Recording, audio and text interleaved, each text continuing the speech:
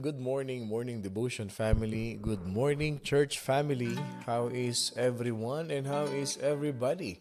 I hope and pray na lahat tayo ay nakapagpahinga ng maayos, nakatulog ng mahimbing kagabi because today is another day that the Lord has made.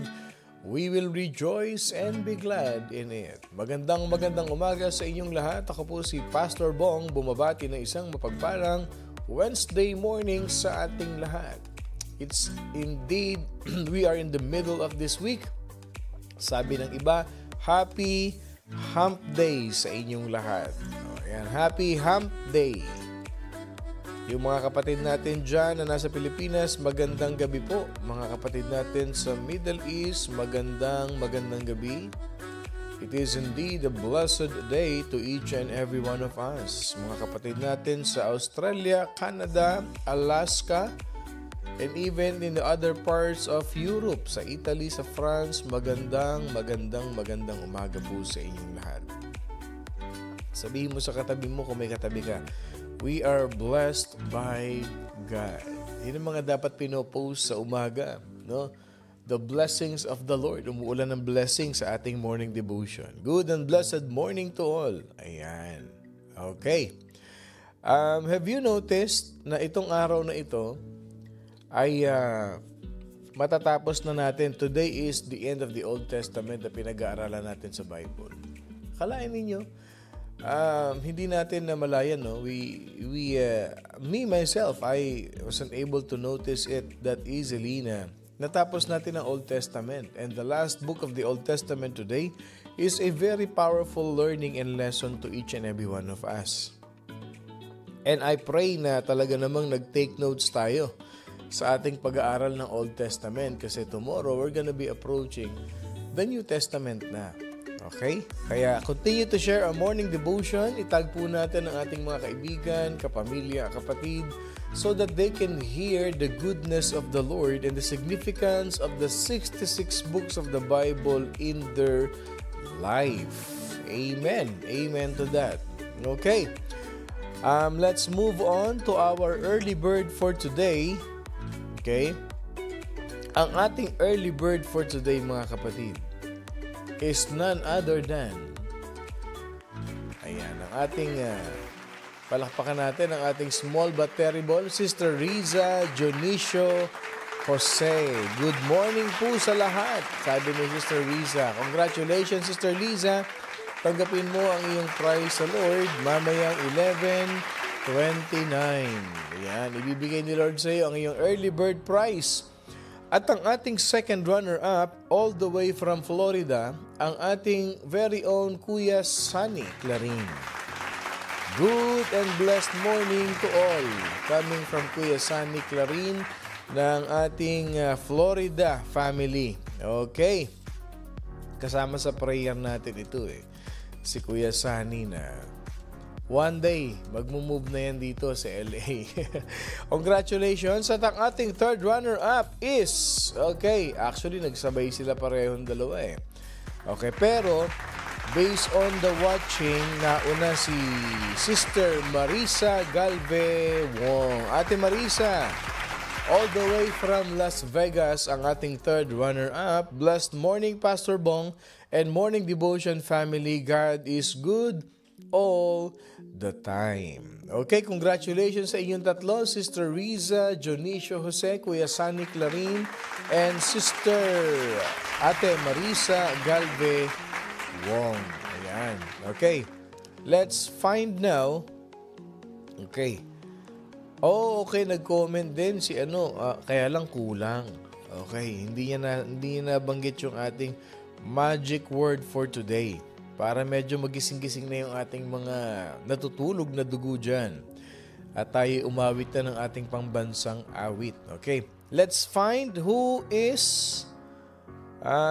yes, Pastor, with the grace of God. Yeah, looking forward, Kuya Sunny. Okay. Ayun, okay. Ang nag-mention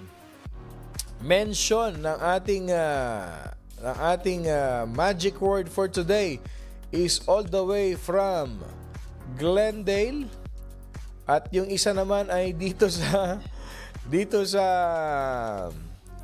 Norwalk o Lakewood ba? Okay.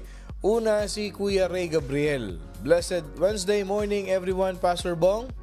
Okay, and then sabay sila ni Sister Noraline Mendoza na sinabi nilang sabay na mahal kita, Panginoon, kailanman hindi kita ipagpapalit.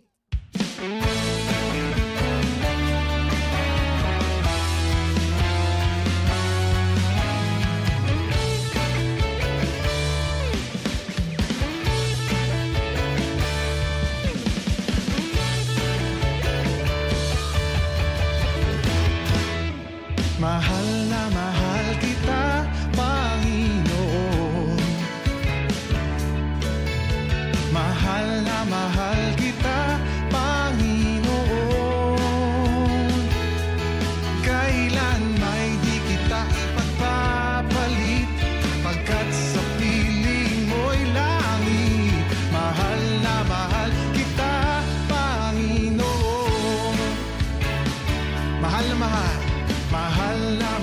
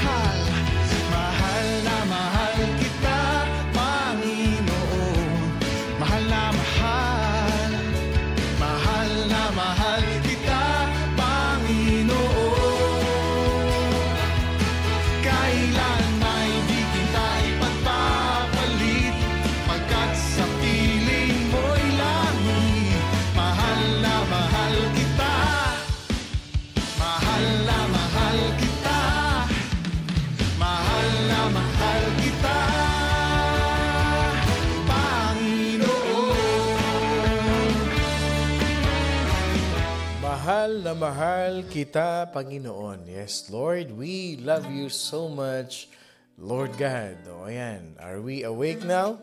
Are we energized by our pambansang awit every morning? Ayan ang ating pampagana sa umaga, yung mahal na mahal kita, Panginoon. Wherever we are, nagdadrive man tayo. Pag tumugtog na yung mahal na mahal kita, Panginoon, ibig sabihin, umpisa na ng morning devotion. Ayan, at makikinig na tayo ng salita ng Diyos. Okay, since we are gonna be ending the Old Testament today, I want you to notice one thing. Okay, sa pagpapatuloy ng ating pag-aaral mamaya, later, mapapansin ninyo kung paano nagtapos ang Old Testament.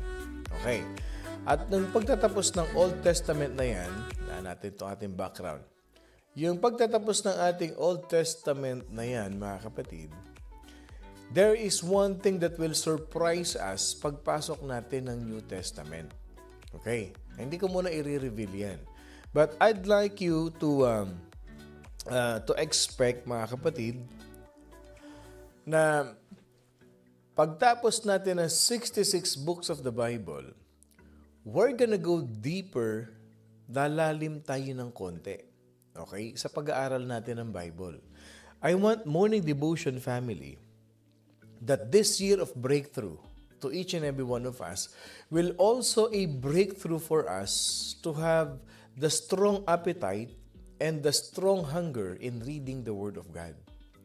Na ang prayer ko, my prayer to God is for us na araw-araw we are hungry and we are thirsty to receive the Word of God every day in our life. Yan ang goal ko talaga. Yan ang pinagpe-pray ko kay Lord. No? Na ang morning devotion family will go deeper in the truth of His Spirit and His knowledge sa buhay natin. Ang legacy ng morning devotion will really focus in the Word of God. Na ang salita ng Diyos lang ang ating pinag-aaralan dito, mga kapatid. So I want you to be excited to that. Kasi mas mahaba, mas marami yung Old Testament books sa New Testament. At ngayon, maiintindihan na natin, pag binasa natin ang New Testament, yung significant nito sa Old Testament at ang significant nito sa buhay natin. So I want you to be excited to that. Now, my question to you is this. Okay, bago tayo mag-worship at bago tayo mag-pray. How many of us have been learning? Pwede natin sabihin a lot. Pero ilan sa atin dito yung marami nang natutunan pagdating sa Old Testament? Can I see a survey? Can I see an amen to each and every one of us? Kahit nabasa mo ng Bible, but there are some things that is new to you. Yung parang bagong narinig mo at bagong, oo nga, ano? Yun nga pala yung sinasabi ng Book of Nehemiah. Yun nga pala yung sinasabi ng Book of Isaiah. How many of us have been learning so far sa ating 66 books of the Bible? Can I see an amen? Can I see an amen? And the next question is this. Mahirap bang i-apply ang sinasabi ng Bible sa buhay natin? Alam niyo yung prayer ko na ito, kasi many people, ang hirap eh. Hindi mo maintindihan ng Bible eh. It's very hard to study. Kailangan talaga mag-aaral ka. Kailangan ganito. But what have you noticed when we learn, when every time we talk about the different books of the Bible, ano ang natutunan natin? Hindi ba isa lang ang makikita ninyong focus? It focuses, two things. It focuses on the kingdom and the citizens of the kingdom. And the significance of it in our life will really determine, mga kapatid, yung ating katatayuan sa ating Panginoon Diyos. Thank you sa mga nag-amen. Thank you. Amen po. Dami kong nalaman, bago. Ayan, amen, amen. Watching this morning devotion, I am learning and being watchful for my everyday walks. Ayan, amen. Salamat mga kapatid. Meron tayong prayer request galing kay Sister Minda. Please pray for me. It has been over a week that I have not been able to sleep on routine schedule. Always up from 7 a.m. until 5 a.m. Almost 24 hours every day can't sleep. Kasi galing siya ng Pilipinas. Siguro nag-a-adjust yung kanyang body clock. Morning devotion, family, kung meron kayong suggestion kay Sister Minda, kindly type in the comment section kung paano siya kaagad makakapag-adjust sa kanyang body clock dito sa Amerika, galing ng Pilipinas. Marami tayong mga experience ng mga travelers dyan. No? Please comment in the comment section kung ano yung mai-share nyo kay Sister Minda. Para makatulog daw siya kaagad. And syempre, we're gonna pray for God's comfort and strength para sa kanya. Sabi ni Aileen Williams, madami po ako natutunan, kaya so grateful for this morning devotion. And thank you, Pastor Bong. Ay nako, thank you sa inyong lahat. Maraming salamat. Kaya gaya nga ng sabi ko, I always request this sa inyong lahat. Just share this morning devotion and tag many friends as you can para hindi natin masayang yung mga opportunities. At syempre nga pala, naka-upload po ito sa ating YouTube page, mga kapatid.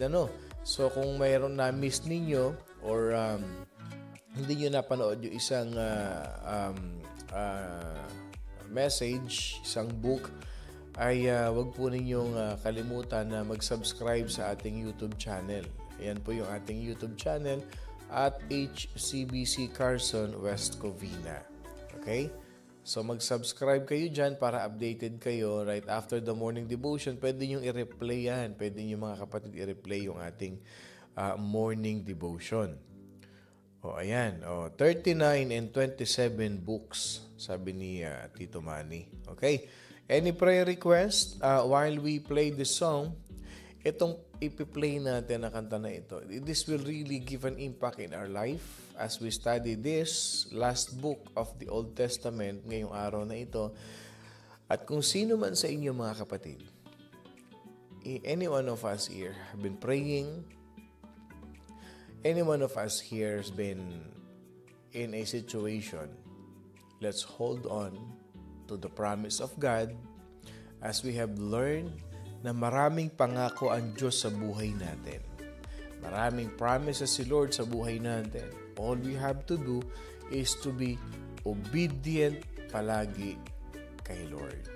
Because God will always make a way.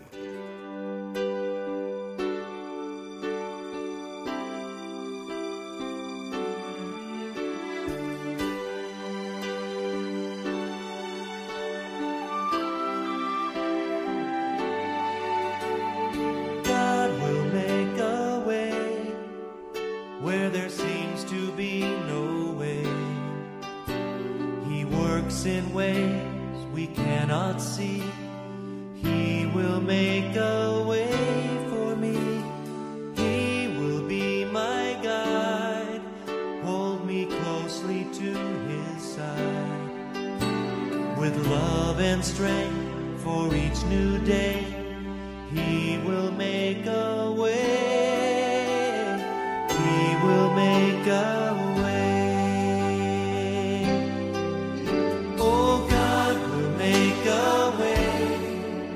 Where there seems to be no way, He works in ways we cannot see. He will make a way for me. He will be my guide, hold me closely to His side. With love and strength for each new day, He will make a way.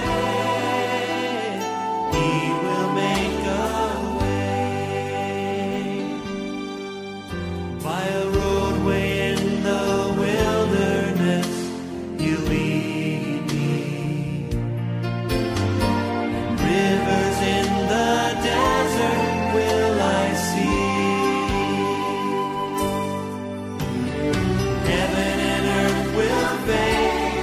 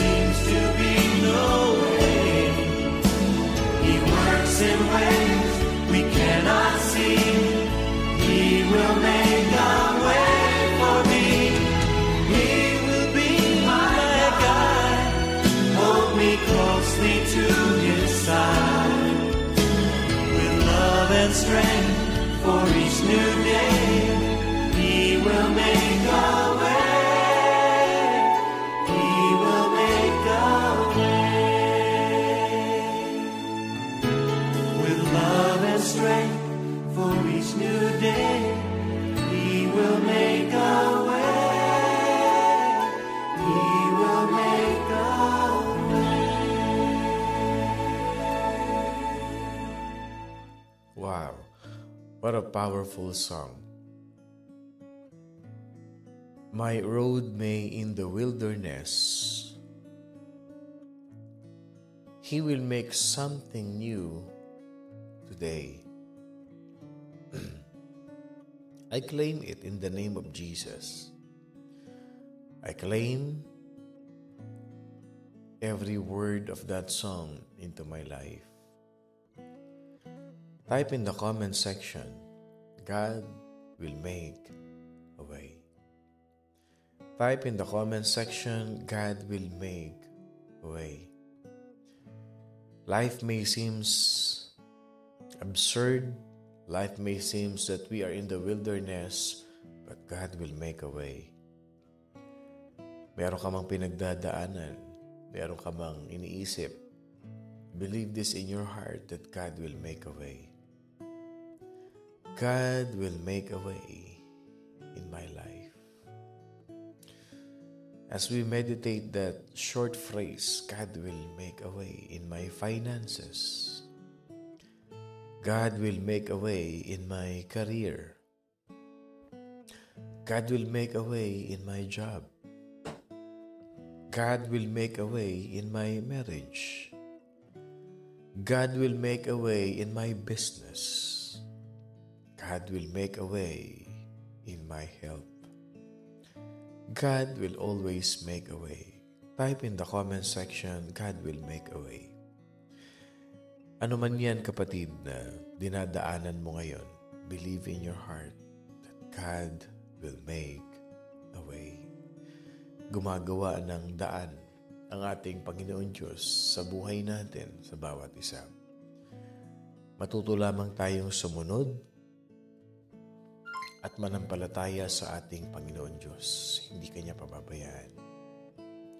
Meron tayong comment dito galing kay Sister Juliet. Please pray for my son, John Roy, sa aming pinagdadaanan ngayon. Thank you po. Kapatid, claim it. God will make a way for me and my son. Sabihin mo sa Panginoon yan, Lord, you will make a way for me. Bago tayo mag-pray, I want you to soak in the presence of the Lord. I want you to seek the Lord in your heart right now and declare this in your heart that, Lord, you will make a way for me. Na hindi matatapos ang oras na ito, Panginoon Diyos. You will lead me and you will guide me. Nasasamahan mo kami, Panginoon Diyos. Come on, church. As you bow down our heads and our eyes are closed. Heavenly Father, we thank you for this day. Thank you for the learnings that we have been receiving from you every day of our life. Thank you for the wake-up calls and the reminders that you're always giving us an opportunity to come back, to serve you, and to bring back our first love. Our hearts are overflowing with joy every time you are teaching us a valuable lesson in life from this morning devotion. Lord, thank you that today we're able to worship you, to give you praises, Lord God, into thy holy name. Salamat, Panginoon Diyos. Ikaw ang aming buhay. Sa bawat taon ng buhay namin, Panginoon, ikaw ang nagdadagdag, ikaw ang nagpapalakas, at ikaw ang nagbibigay ng buhay sa amin. Lord, ang anak mo sa morning devotion, kami na mga anak mo, Panginoon, we are praying today. Nagpapasalamat kami for the new life, new opportunities, and the favors that you are giving us each and every day of our life. Salamat, Panginoon, because never na nagkulang ka sa bawat isa. Ang biyaya mo ay laging sapat. At kadalasan pa nga, Panginoon Diyos, more than what we are expecting. Salamat ng marami sa mga anak mo na patuloy, Panginoon Diyos, na nauuhaw, they're thirsty, they're hunger with your word every day. Continue to fill us, Lord God, with your powerful Spirit. And thank you for giving us victory in every areas of our life. Sa mga kapatid namin, Panginoon, who are praying for breakthrough in our life, praying for finances, for good health, favor upon favor, Panginoon Diyos, Lord, may you shower us all the desires of our heart in your perfect time. Maraming salamat, Panginoon. We give you back all the glory and the honor. And we rebuke the works of the devil in our life, that nothing will dwell but your Holy Spirit in your holy presence. Maraming salamat, Panginoon. Samahan mo kami sa maiksing oras na ito na aming pag-aaral. Ikaw ang aming itinataas, wala nang iba pa. At kiniklaim na namin, Panginoon, lahat ng pinagpipray namin sa iyo. Comfort, strength, and provision. As we pray all of these things in the name of the Father, the Son, and of the Holy Spirit. In Jesus' mighty name, this is our prayer. And all God's people say, Amen, and Amen, and Amen. Magandang umaga po sa inyong lahat. Ako pong muli si Pastor Bong, bumabati na isang mapagpalang Blessed Wednesday morning sa ating lahat. Today, we're gonna talk about the book of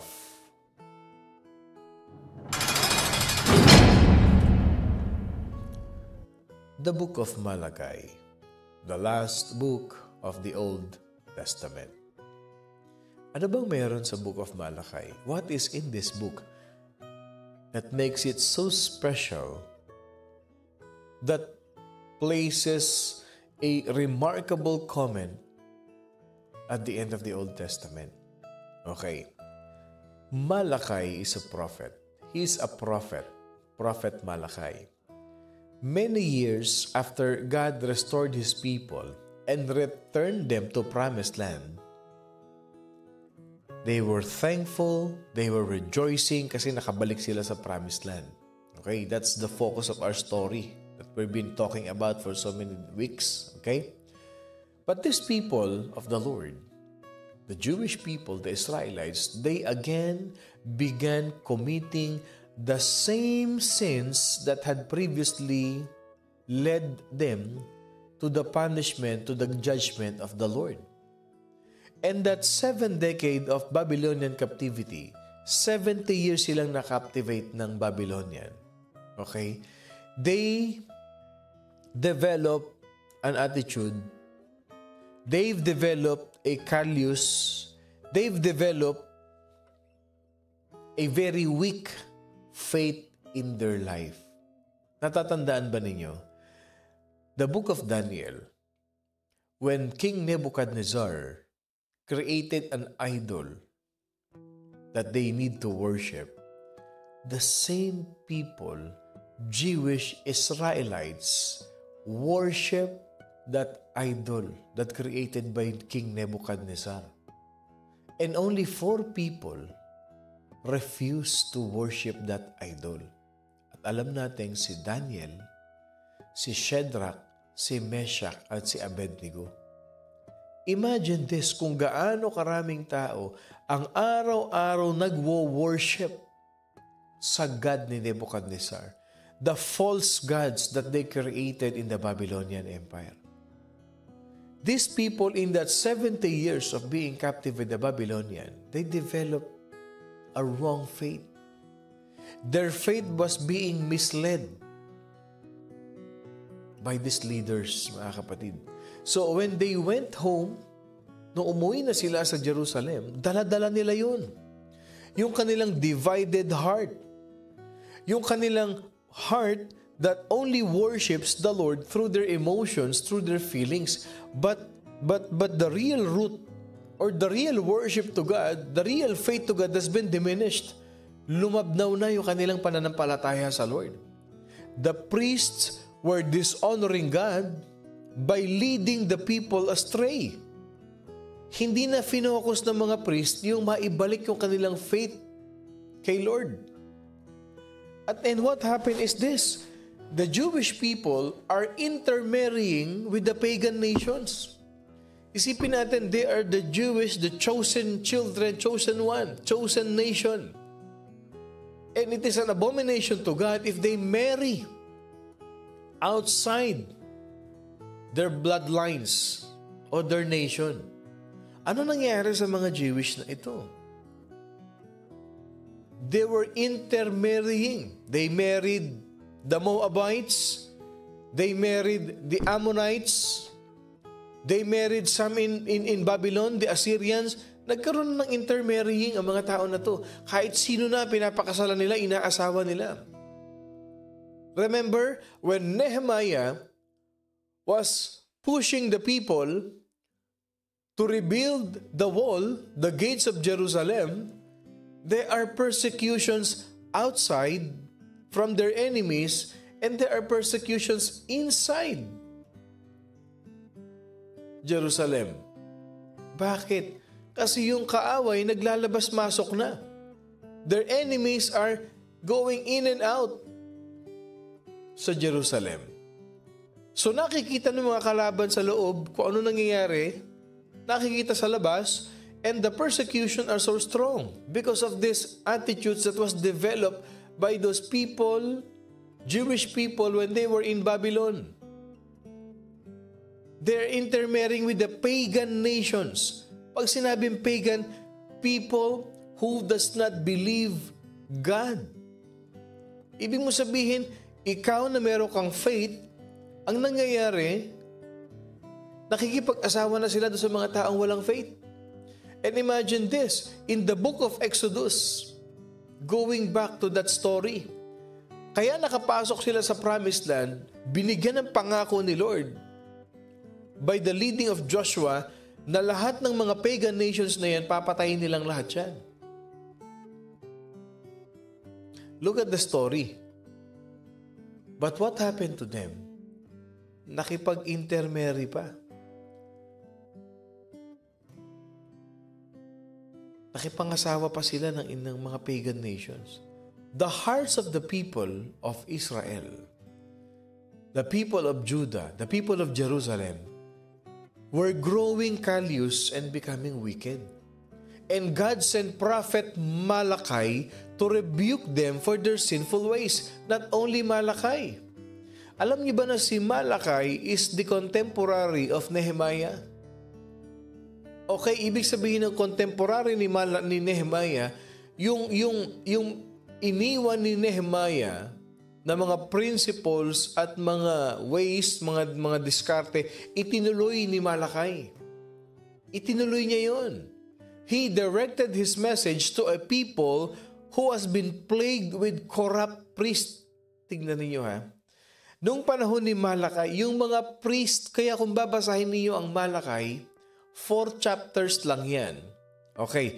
In the book of Genesis, in the book of Exodus, okay, in the book of Deuteronomy, makikita ninyo doon sa Torah, yung 5 books ng Old Testament na yan. Makikita niyo yung purity, that whenever they offer sacrifices to God, it should be a lamb without blemish. Pero makikita niyo sa book of Malachi, if you read the book of Malachi, people are offering to God a blind lamb, a lame lamb, parang wala na yung importance ng pag-o-offering ng sacrifice kay Lord. Basta meron na lang silang mai-offer, sige na, ibigay na yan. But in the 5 books of the Old Testament, yung Torah na sinulat ni Moses, lahat doon nakalagay kung gaano ka-importance ang covenant kay Lord.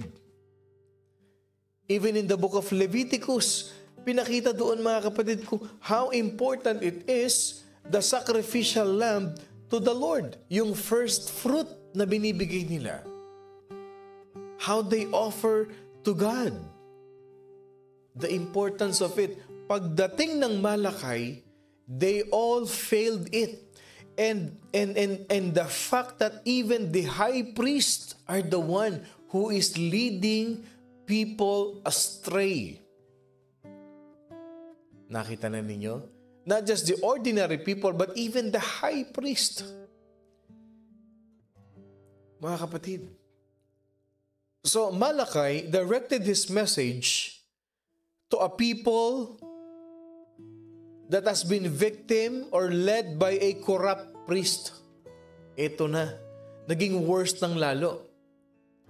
This high priest and many people who are living in an immoral lifestyles, increasing bitterness, increasing jealousy, and negativities filled the nation of Judah. Mga kapatid, so decades after the temple had been completed, di ba napag-aralan natin, yung promise ni Haggai, yung promise ng ibang prophets, ni Zephaniah, ni Zechariah, just continue building the temple and we will receive the glory of the Lord. It will bring glory to God and we will receive blessing. Yes, hindi naman nagpa-fail yun eh. God will really fulfill His promises every time we obey to Him. But look at this. They already completed building the temple, but God's blessings to the people of Israel failed. It did not materialize. Specifically, those prophesied by Haggai and Zechariah. And in general, yun ang mga fino-forecast ng mga prophets na pinapadala ni Lord eh. Instead of becoming this nation, become a magnificent, a powerful, blessed nation, because they can see the glory that fills the temple, they were still merely a small Persian province, mga kapatid. And these people are losing hope. They are losing hope to really see the presence and the power of their nation because of their wickedness. O, tingnan ninyo ha. Sa Book of Malachi, in-emphasize dito ni Malachi that the high priest themselves are the ones who are disobedient to God. The high priest himself. Sila yung nag-disobey kay Lord. And these people was discouraged greatly, and eventually these people develop a callous heart who became uncaring to the commandments of the Lord. So if you read the book of Malachi, mapapansin ninyo, parang meron diyang question and answer format. Malachi, Prophet Malachi addresses their faithless doubts in God's love. Malachi addresses their hypocrisy. Malachi addresses their infidelity because they are unfaithful. People become unfaithful to their moral, unfaithful to God. Mixed marriages, divorce, false worship, and arrogance. Ito nangyari sa crooked nation of Jerusalem. Kaya itong mga prophet na ito, galit na galit sila every time they proclaim the word of God in Jerusalem. Anong mapapansin ninyo? Hindi ba't paulit-ulit yung ginagawa ng mga tao dito? Magre-repent, babalik. Magre-repent, babalik na naman. Kaya kung mapapansin ninyo, sino sa inyo naka-open ng Bible? How many of us here, their Bibles are open? I want you to see the last word in the last chapter of Malachi. Sige, what will you notice? Okay, merong last word ang Malachi sa last chapter. At the end of the book of Malachi, what is the last word? Sige nga. Sige, type in the comment section. What is the last word? Okay? At the end of the book of Malachi. Survey lang tayo. What is the last word? Okay, yung huling word sa book of Malachi. Sige nga. Kasi hindi mga mabibilis na naka-open ang kanilang Bible. Okay. Merong last word yan na binitawan si Malachi. Okay, habang tumutuloy natin. Yun! Okay. O sabi ni Grace, tama. That's the last word in the book of Malachi. Curse. The people of Israel, the people of Jerusalem has been cursed. Because of what? Because of what they did. I come and smite the earth with curse. Isinumpa niya na yung mga yan. Because of what? Because of their faithless doubts in God's love. People became hypocrite, infidel, mixed marriage, false worship, arrogance. Look at what happened to the people of God. Malachi may have prophesied in the period after Nehemiah left Jerusalem to serve the Persian king once more. Tandaan natin, si Nehemiah naging governor yan. Pinagkatiwalaan niya nung hari ng Persia. So when he asked permission to the king allowed him, and even the king supported his project sa Wall of Jerusalem. Pero nung natapos yung project, bumalik na ulit si Nehemiah. Pumasok na ngayon si Malachi. Since the problems that he tried to battle are so similar to the ones which Nehemiah confronted upon his return to Jerusalem for a second term as governor. So, ibig sabihin si Nehemiah, ganito yan. Si Nehemiah, nagpaalam, nalaman niya na nag-uwi na yung kanyang mga kapatid, nalaman niya na, nag-iba pala yung wall ng aming nation. Sabi niya, mahal na hari, babalik ako sa aking lugar. Gusto ko sanang tulungan mo ako na maitayo ko ulit yung wall ng aming nation. Pinayagan siya ng hari. Nung matapos yon, bumalik siya ulit sa Persia, and then he came back again to Jerusalem, and there he became a governor, second term. Okay? So mga kapatid, ibig sabihin, isa lang ang problema. The wickedness of the people of Jerusalem, which every prophet battled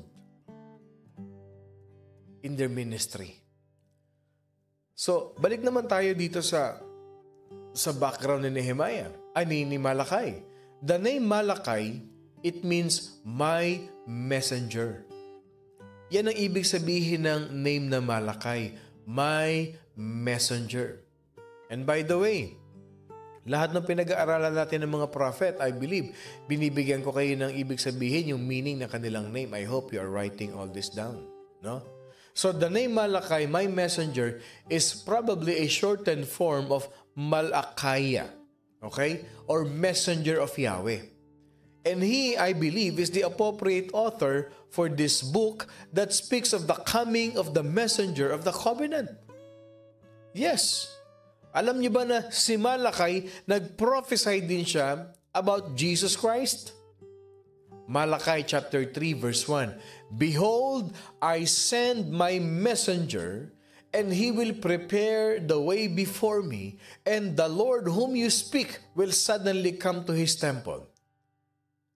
Again, even the messenger of the covenant in whom you delight, behold, he is coming, says the Lord of hosts. Yung word na messenger is mentioned 2 times. Sino ba yung pinadala ni Lord na messenger sa atin? For the salvation of humanity. Yan ang binanggit ni Malachi dito. And even in Malachi chapter 2 verse 7, for the priest's lips should keep knowledge, and they should seek the law at his mouth, for he is the messenger of the Lord of hosts. And what is the theme of the book of Malachi? God's people need to reform their rebellious habits in order to prepare the way for the coming Messiah. Yan ang theme ng book of Malachi. Yan ang sinisigaw ni Prophet Malachi. You need to be reformed. You need to repent in order to prepare the way for the coming Messiah. Kaya pagpunta mo ng New Testament, John the Baptist was clearly preaching about the kingdom of heaven. At kung mapapansin ninyo, Si John the Baptist, siya yung nagpe-prepare the way for the coming Messiah. Kasi he knows all these books. Binasa nila itong scripture. Author, Malachi himself. Although some believe the name Malachi actually functions more as my messenger, pero obviously siya talaga author niyan. Kailan niya sinulat yan? Malachi wrote his book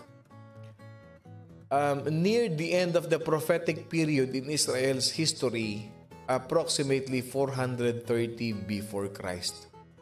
Okay, tandaan niyo to ha. According to Bible scholars, pagtapos ng Old Testament, anong mapapansin ninyo? Di ba New Testament na kaagad? Okay. How long is the gap between the Old Testament and the New Testament? Approximately 430 or 440 years ang gap. Walang naisulat noong panahon na yun. So 430 to 440, let's say 430 years na. 430 years, God was so silent to the people of Israel because God cursed them. Biriin mo, 430, hindi nakipag-usap ang Panginoon Diyos ni isa man sa kanila. 430 years, God was so silent, not speaking to even one of them. Walang naisulat until the New Testament has come, hanggang dumating si Jesus Christ sa mundo. Anong structure ng Book of Malachi? Malachi has three main parts. Number one, yung introduction ng Malachi, it remarks which God reaffirms His promised love to Israel. Biro nyo, pinaramdam pa rin ni Lord yung pagmamahal niya sa Israel in Malachi chapter 1, verse 1 to 5. Pangalawa, na structure niyan is painful rebukes for various kinds of unfaithfulness of these people. Masasakit magsalita itong mga prophet na ito. And what else? Yung promise ni Lord. Pangalawa, yung pagre-rebuke ni Malachi. And the promises of the coming of the Lord Jesus Christ.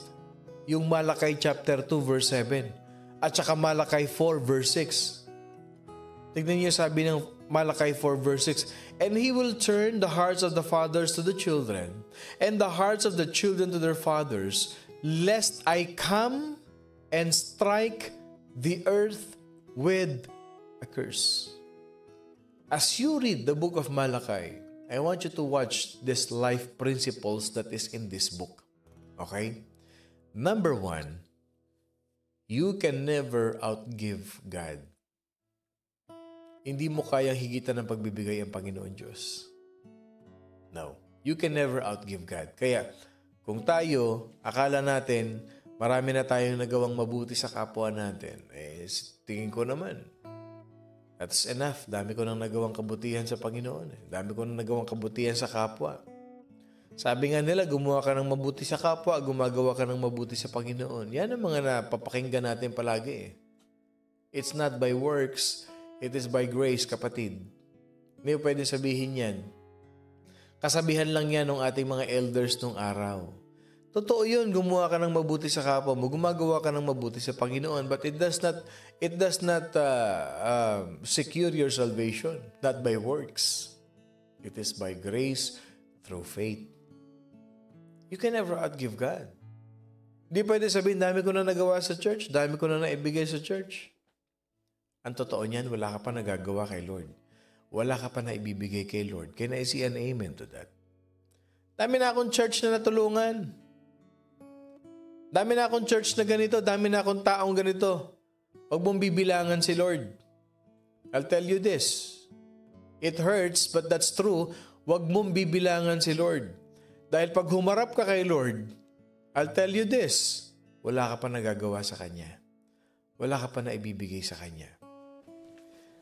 Lahat tayo, yung ginagawa natin araw-araw, Yun lang ang lifestyle natin. At dapat natin gawin yun. Hindi natin kailangan bilangin yun. Well, I'll tell you this. Never kang binilangan ni Lord sa mga binigay niya sa buhay mo. Never kang binilangan ni Lord. The Lord never counted or numbered the good things, the blessings, and the favor that He is giving us every day in our life. Let that be in your heart, kapatid. Hindi binibilang ni Lord yung times na He is always making a way to your life. Hindi binibilang ni Lord yun. Kaya tayo, let this be a lesson to us. Kung tutulong ka sa kapwa mo, huwag ka rin magbibilang ng pagtulong mo. Huwag mo rin bibilangin yung pagtulong mo. Kasi si Lord, hindi ka binibilangan. Hindi yung tumulong ka, binibilang mo, nililista mo. Hindi maganda yun. Pag tumulong ka, it comes from your heart na kaya mo ginawa yun kasi yun ang dapat mong gawin bilang anak ng Diyos. O magkano na binigay ko sa iyo? Dami-dami ko nang nabibigay sa iyo. Next year na. Ibig sabihin, kaya mo binibigay yun dahil may motibo ka lang? Yung kaya mo ginagawa kasi may inaantay kang favor? Kaya mo ginagawa kasi para to manipulate, to dominate people? O, laki ng binigay ko sa iyo, ha? Huwag mong kakalimutan yan. Huwag mong kalimutan yung pangalan ko. Hindi ganun. Hindi ganun. You can never outgive God. And if you are a true Christian, if you are a true believer, I'll tell you this, whatever that you have give to other people, hindi sa'yo galing yun. Kay Lord galing yun. Naniniwala ka ba na yan laman ng bank account mo kay Lord yan, hindi naman sa'yo yan? Whatever you have right now, kay Lord yan, hindi yan sa'yo, kapatid. Huwag mong ipagdamot, huwag kang magbilang sa pagtulong sa kapwa mo. Alam mo, ito maganda kay Lord. The more you give, the more kanyang pinagkakatiwalaan ng mas marami pa. Never, never, never, kapatid. Pangalawang life principle. O, ang daming tama. Tama po. That's true. Wala tayong sugarcoating dito sa morning devotion. Pangalawa, no Christian has ever been called to go alone in his walk of faith to God. Malakay 3:16. Pag tinawag ka ni Lord, hindi ka niya pababayaan mag-isa. Sasamahan ka pa niya. At hindi lang minsan, araw-araw sasamahan ka ng Panginoon. Ano pa pangatlong life principle? If necessary, God will move heaven and earth to show us His will. Yan ang dapat nating tandaan. Okay, wrapping up. Ito na yung climax ng lesson natin sa Malakay. People became what? Apathy. Ano yung apathy? Uncaring, walang pakialam. Kagaya ng ibang mga taong kakilala natin, walang pakialam. Maraming taong ganyan. Ilan dito may kakilalang mga ganyan tao yung walang pakialam? Yung nakafocus lang sa sarili, walang pakialam sa kapwa, walang pakialam sa church, walang pakialam sa pamilya, walang pakialam sa ibang tao. Ang tawag dyan, apathic person. So people in Jerusalem, they become uncaring. Tandaan natin, yung word na apathy, okay, comes from the prefix a. In Greek kasi, yung phatos, it means passion. Okay? Nung nilagyan ng a, yung prefix na apathos or apathy, it became what? We lost our passion. That's what happened to the people of Israel at the end of the Old Testament. And Malakay, the final prophet, addressed that issue. Ano pa kayo? Oh, sabi ni Ophel, marami po. Oh, there is nothing we own. Everything is on loan. Oh, hindi ba? So, inaddress ni Malakay ito, yung pagiging uncaring ng mga tao ng Israel. And as you read throughout this short book of Malakay, you will see yung tinatawag nating question and answer format to address 7 critical issues. Ano yung 7 critical issues ng Book of Malachi? Ito na, ihanda nyo na yung ballpen ninyo. Okay? When we are apathetic, we become uncaring. Okay, ito yan. Number 1, we doubt God's love. Nagdududa na tayo sa pagmamahal ng Diyos. Pangalawa, we dishonor His name. Pangatlo, we disrespect His word. And we disrespect the family of the Lord. We disagree with the justice of God. And you take away the work of the importance of working for the Lord. At panghuli, ano yon? Dinedemoralize mo yung mga worker ni Lord. Yan yung 7, mga kapatid, na critical issues na dinil ni Malachi. Doubting God's love, dishonoring the name of the Lord, disrespecting the word of the Lord, disrespecting the family of God, disagreeing with the justice of the Lord, taking away the importance of working with God, and you demoralize His workers. Ang tanong ko sa inyo, nangyayari ba ngayon yan? Yes. Kapatid, kung nakikinig ka ngayon, have you lost your devotion for the Lord? Is there a big clouds of uncaring covered your entire life? Kaya ganyan ka na, wala ka nang pakialam? Malachi tells us to return to the Lord with excitement. And Malachi, mga kapatid, tells us to correct every shortcoming in our lives. Itama natin, mga kapatid. Kaya yung 7 issues, uunahin ko ha, babanggitin ko lang ito. Tinatanggal mo yung importance of working with the Lord, and you are demoralizing the workers of God. Bakit ito pumasok sa finances, mga kapatid? Because Malachi focuses on what?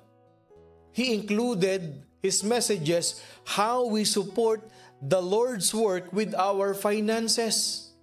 Kasi nga ang mga tao dun sa Old Testament, before the end of the Old Testament, hindi na sila nagta-tithes, hindi na sila nagfa-first fruit sa Panginoon. Uncaring na sila, wala na silang pakialam sa salita ng Diyos. They don't even bothered, they don't care the commands of the Lord in their life. Kaya sabi nila, bumalik kayo kay Lord. Bumalik kayo na may excitement. Mag-tithes kayo, magbigay kayo sa Panginoon. Kaya nga sabi niya, the best known passage in Malachi, yung Malachi 3 verse 8 to 10, will a man rob God? Kasi noong time na yun, ninanakawan na nila si Lord. Hindi na nila ibinibigay yung para kay Lord. Ano sabi ni Malachi? Will a man rob God? Kaya bang nakawan ng tao ang Diyos? Oo, ninakawan nyo na ako, sabi ni Lord, in tithes and offerings. Will a man rob God? Yet you have robbed me in tithes and offerings. Kapatid, kung Kristiyano ka, dapat alam mo yung principle na yan. Ano sabi ni Malachi? Pinarating sa kanila. Through Malachi, the word of God. Bring all the tithes into the storehouse, that there may be food in my house. And try me now in this, if I will not open for you the windows of heaven and pour out you such blessing that there will not be room enough to receive it. Kaya kung ikaw hindi ka nagta-tithes, alam mo na, you are part of those people who became apathetic people in the Old Testament. Uncaring people ang tawag dyan. Uncaring people. Wala ka nang pakialam sa utos ng Diyos. Sayang to. Pambili ko rin to ng bag. Sayang yan ang laki-laki niyan. Uncaring ka na. Kasama ka rin sa 7 issues, concerns na dinidil ni Malachi sa people of Jerusalem. When you don't tithe, you doubt God's love. When you don't tithe, you dishonor His name. When you don't tithe, you disrespect His word. When you don't tithe, you reject His family. When you don't tithe, you disagree His justice. When you don't tithe, you disregard, you take away the importance of the work of working in with God. And when you don't tithe, you demoralize the workers of the Lord. That's true. Church, we should give with passion. We should give with enthusiasm. We should give with gratitude. Alam niyo ba, napakasarap? How wonderful that God allows us to use our tithes, to use our offerings for the furtherance of the kingdom of the Lord. Whatever you do it with all your heart. Kaya kung nagbibigay ka ng tithes mo, an opportunity yan, kapatid. Don't take it as a liability. It is an opportunity for you to experience, to support the glory, and to support the kingdom of God here on earth. On a side note, ako yung pastor na hindi ako nakikialam sa finances ng church. Just to tell you, I don't even know kung sino nagbibigay, kung magkano binibigay. Hindi ako nakikialam. Basta ang trabaho ko, mag-tithes. O sabi ni Andy, amen. Don't prevent others from giving love offerings in Bible study. God loves a cheerful giver. Mga kapatid, let this be a lesson to us. You do it with all your heart. Pag nagbigay kayo ng para kay Lord, one day ituturo ko yan dito sa morning devotion. Bihira ako magturo ng finances. Kasi maraming bashers dyan eh. But I have really to preach the truth here. Ilan sa inyo dito ang gustong marinig yung preaching ni Pastor Bong about tithing? Just let me know. Can I see an amen to that? Para mabigyan tayo ng malinaw na kaunawaan sa pagtitithes natin. You do with all your heart, mga kapatid. Whenever we give, it is for the furtherance of the kingdom of God. Ano ang key theme as we end? The key theme for the book of Malachi is this. It's time to return with excitement to the Lord. It is time to return with excitement to genuine worship, to high moral values, to marital commitment, and to the practices of tithing and godly fellowship. Yan ang Malakay. And the people of Israel failed to those principles, mga kapatid. That's why they got cursed. What is the key challenge for us? Anong challenge naman ito? Paano natin may apply sa buhay natin? You have to reject the uncaring spirit. You have to reject the discouragement that follows it. You need to make a special gift for the furtherance of the gospel. And you will discover how little is much when God is in it. Diba kahapon, yung maliit na yan, ma-experience mo kung gaano yung kalaki pag yan pinagpala ng Panginoon Diyos. That's it. Walang maliit na halaga. Pag galing yan sa puso mo at nakita ni Lord yan, kapatid, maniwala ka, yung maliit na halaga na yan na inialay mo sa Panginoon, makikita mo kung papaano yung pagpapalain ni Lord sa buhay mo. Kalusugan, finances, relationship sa buhay, pagmamahal sa puso, palalaguin ni Lord yan. Maniwala ka, kapatid.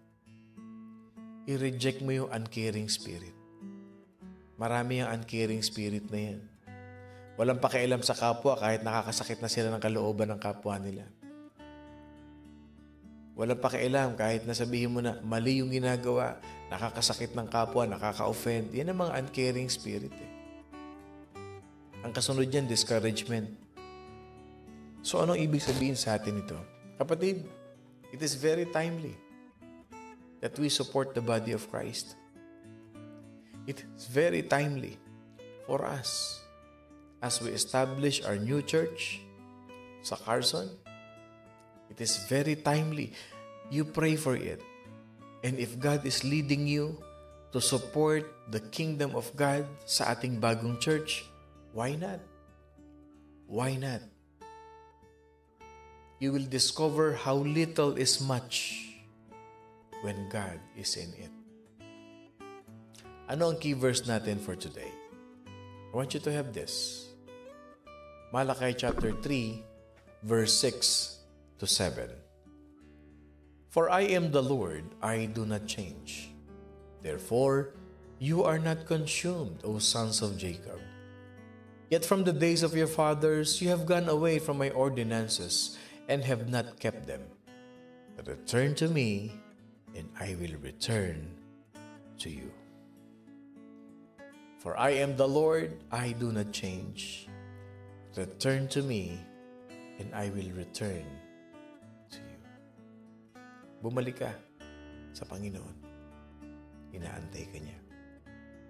Kung lumamig ang puso natin in the areas of tithes and offering, kung naging uncaring tayo, God is telling you this. Ako ang iyong Panginoon at hindi ako nagbabago. Bumalik ka sa akin at manunumbalik ako sa iyo. Wow! Napakasarap pakinggan ang mga pangako ng Panginoon Diyos. Ano? Hindi lang masarap pakinggan, napakasarap din tanggapin. Let us pray. Heavenly Father, I thank you for morning devotion family, Panginoon Diyos.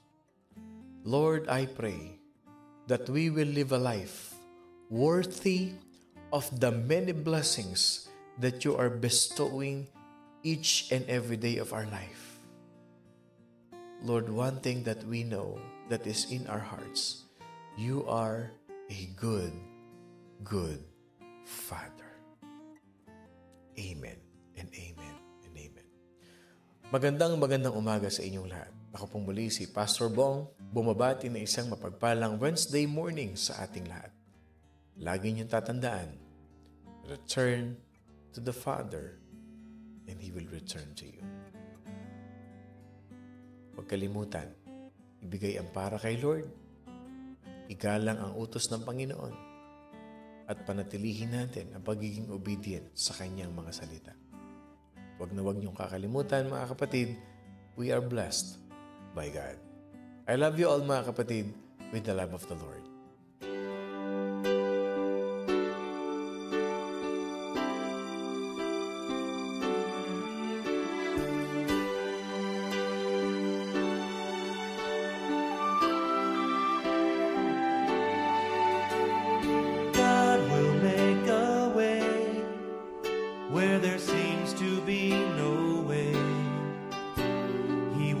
In ways we cannot see, He will make a way for me. He will be my guide, hold me closely to His side. With love and strength for each new day, He will make a way. He will make a way.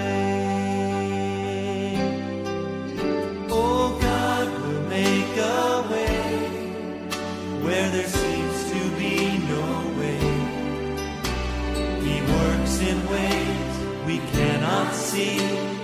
He will make a way for me. He will be my guide, hold me closely to His side. With love and strength for each new day, He will make a way.